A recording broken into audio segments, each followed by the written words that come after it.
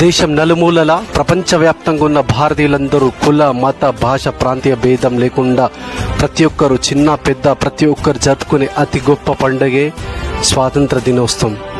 మహనీయుల త్యాగ ఫలితాలను గుర్తు చేసుకుంటూ దేశ అభివృద్ధి కోసం, రాబోయే తరం కోసం ప్రతి ఒక్కరూ నిస్వార్థంగా దేశం కోసం మంచి చేయాలి. అంటే కేవలం నినాదాలు మెసేజ్లకే కాకుండా ఒక బాధ్యత గల పౌరుడిగా సమాజంలో శాంతి స్థాపనకై కృషి చేయాలి.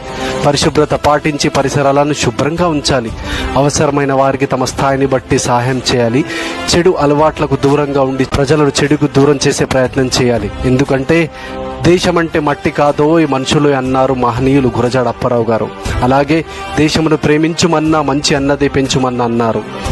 ఇంకా దేశ ప్రజలందరూ నా సహోదరులని మనం ప్రతిజ్ఞ చేశాం. కుల మత ప్రాంతీయ భాష భేదం లేకుండా దీనికి కట్టుబడి ఉన్నవాడే నిజమైన దేశభక్తుడు. చివరిగా మీ అందరికీ నా విన్నపం, దేశమును ప్రేమించుమన్నా మంచి అన్నదే పెంచుమన్నా. జై హింద్. నేను సైతం మెరుగైన సమాజం కోసం